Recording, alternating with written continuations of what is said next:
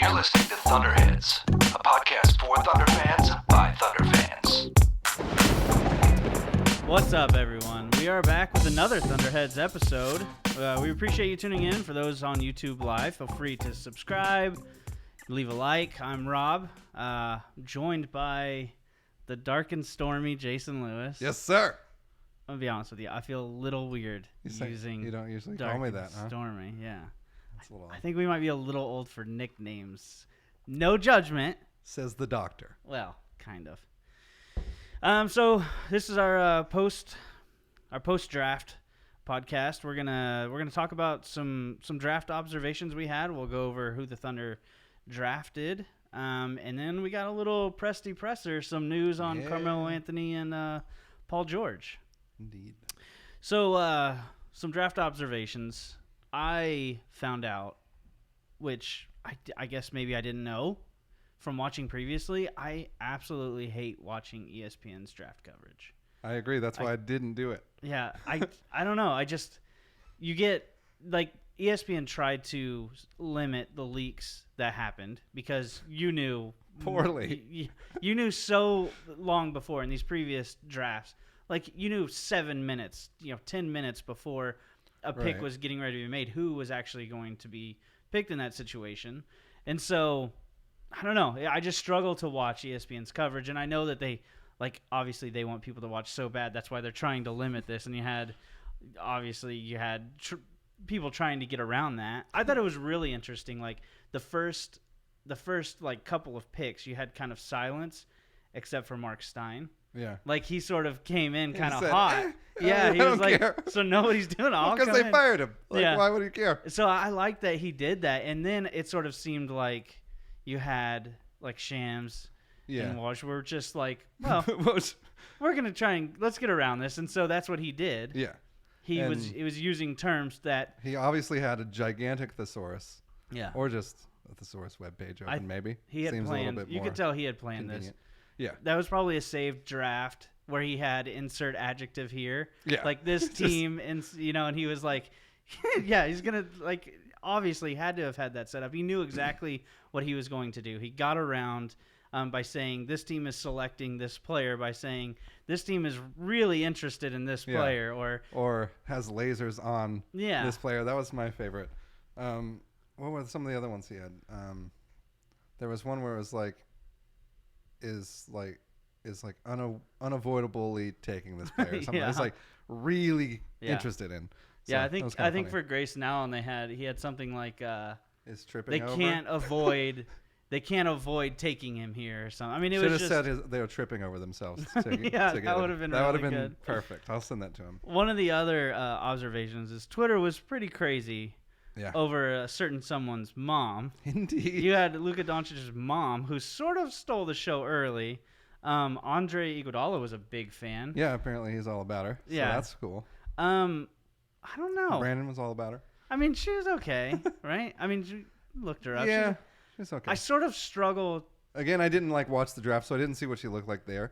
I instead of watching ESPN's draft, I actually watched ESPN's show, The Jump. Yeah. Their draft coverage, which had Zach Lowe and Rachel Nichols and whatever that guy's, Brian Windhorst. Yeah, that's whatever his name is. So I watched them instead, and it was better. So whenever, I sort of struggle with, there's like certain things you have to wonder about age on. Mm-hmm. And so, I mean, it's like foreign player. Like, you had the Serge Ibaka thing. Like, who knew? Like, we sort of assumed he was a little bit older than his birth certificate. Nobody really knows. I think with, like, little league kids. Like, are we talking about Luka Doncic's mom here? You always have, like kids on a team that are like, okay, Jimmy, you're not 12 years old in the Little League World Series. Yeah, you're not just big boned. You're older than everybody else. So and like European women, I think probably fit into that. Yeah, as have well. no idea how old she could have been 22. She could have been his girlfriend for all I knew. She also could have been 62. I don't think there's any way for us to know. So you I heard feel it first here. Luka Doncic's mom is his girlfriend. 100%. It could have been. I don't know. What was some observations you had? So I thought the main thing I thought was, I mean, hilarious and kind of a bummer for this kid's mom, but basically that Bridges kid when he got selected by Philadelphia, which he's from. He went to Villanova, and he was like there was this huge story that automatically came out that was like his hometown kid. His mom was the VP of Human Resources for the 76ers. The team even put out like he's staying home or something like this big graphic, and then like 6 picks later he gets traded to Phoenix. That's brutal. Like I sort of put myself in that position. Yeah, like because if you're like being his mom, like Yeah. if you're thinking about her, like she's thrilled, like Like I work on this NBA team, and now my kid got drafted to the team I work for. That's amazing. During the interview after they brought them both up, and like he was kind of like emotional that like he was gonna get like he was staying. See, I didn't know that part. Yeah. So go ahead with. But yeah, so the funny thing though, like I was listening to the Low Post today, and Zach Lowe was talking about apparently Phoenix, the pick that they traded Brandon Knight to Philadelphia for a Lakers pick. That ended up being this Bridges kid that Philadelphia took. Yes. They ended up getting the other pick that they traded, and Miami's pick that they traded from whenever they traded Goran Dragic to Miami. Yeah. They got those 2 picks, and then they traded it for the pick that they had traded to Philadelphia for their own pick. So they traded 2 picks away that they got for Dragic, and they basically traded everything for this Bridges kid. Yeah. Which is crazy to me. Like, it's so weird to see like how people end up drafting up, and then it's like, wait, you could have just had that pick anyways. Right. You could have already done that. You didn't need to go through the whole thing. But I mean, that's just kind of how things work out in a way. One other thing that I noticed was I watched the draft. I was watching on ESPN. The Thunder 3 hours, 5 going, hours. Yeah, going in. I knew the Thunder didn't pick until late in the second round. 53 and 57. So it's coming up. Like, I'm like, all right, it's getting late. I'm like ready to go to bed. I'm like, but it's coming up. So I'm watching ESPN. ESPN's on commercial. I'm looking at Twitter. I'm getting notifications. Like, the Thunder have already selected. When ESPN comes back, they're on like pick 55. They skip right past us. Yeah. The Thunder didn't pick until that point, and ESPN was like, no, this bud's for you. We're going to tell you about it. Like, who Look cares? at this other thing that you stayed up 5 hours to watch. That was a little disappointing. Not that it really mattered. Well, and like that was something I was like, I didn't think it was going to take. I like forgot how long it took to get that far down. And I was like, damn. Yeah, and they start at like 6:30 Central, I think is when it started. And it went to like so long. Just before midnight or something. It was insane. Rachel Nichols was talking because they did their whole draft show, and she didn't like. They didn't have any pre-planned commercials because they were running it alongside the other draft. Yeah. And so she didn't stand up apparently for 5 hours. Oh my God. I'm so tired. It's like, that's ridiculous though. So another thing that happened, when the NBA Deputy Commissioner Mark Tatum was making picks in the second round, I couldn't tell what was happening, but you could see him smiling. He was almost laughing at the podium.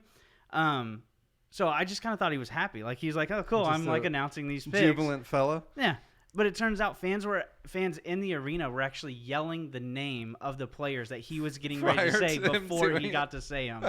So like they were just yelling the names before he could say them. Which funny. Is there any way the NBA or ESPN or the NBA can like fix that, or I don't. You have to put all of them in a room, or just like do the draft differently to where, like they don't have to put on the hat of the team that drafted them if they're getting traded or something. Like, there's got to be some stuff they can change to kind of update it now that it's like, clearly this is kind of old. Yeah. I don't know, because you do. Like, if you're on Twitter, you know that a trade happened, but the NBA doesn't come out until 3 picks later whenever they're going to announce another pick and be like, hey, we got a trade here. And it's like, wait, is it this team? Or so no, it was actually 3 teams ago that actually traded. Yeah. I don't know. It is pretty bad. It's just like they need to update it, and just, I mean, for the picks already being called out, like if you just looked at Twitter, you don't have to watch the thing. Yeah. Like at all. You really don't. And it's like, it's so annoying. Like you see, like, I don't need to know who Jason Williams thinks. Like this player reminds him of, somebody. Like, I don't care. Yeah, like when some guy said someone's pick was basically a Kevin Durant. It's like, nope, probably not. Like, it's probably not a Kevin Durant. And also, like, it was funny to me because on the jump a couple times they'd be like, who do you think they should take right here? Right before they pick. And it's like, well, I already know who they're taking, and you're wrong. Yeah. So good pick, but no, they didn't. I've got it right here. Yeah, I mean, that was pretty much my takeaway. That was the first time I really looked up close with Mark Tatum. And, like, I don't trust. Like, he doesn't look like somebody that's trustworthy Really? to me.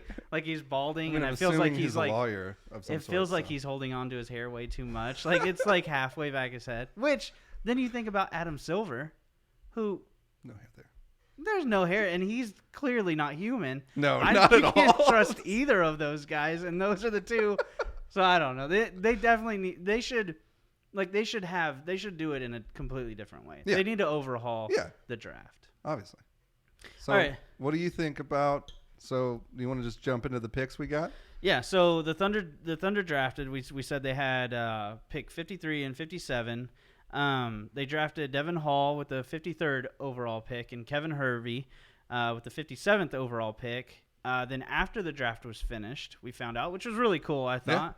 Yeah. News broke that the Thunder had acquired Hamidou Diallo from Charlotte via the Nets and the Dwight Howard trade, which I thought was really cool as well. Yeah, that confused me today when I was looking at it. I was like, I thought it was from Charlotte, and then kind of made sense after that. So the first pick there is Devon Hall.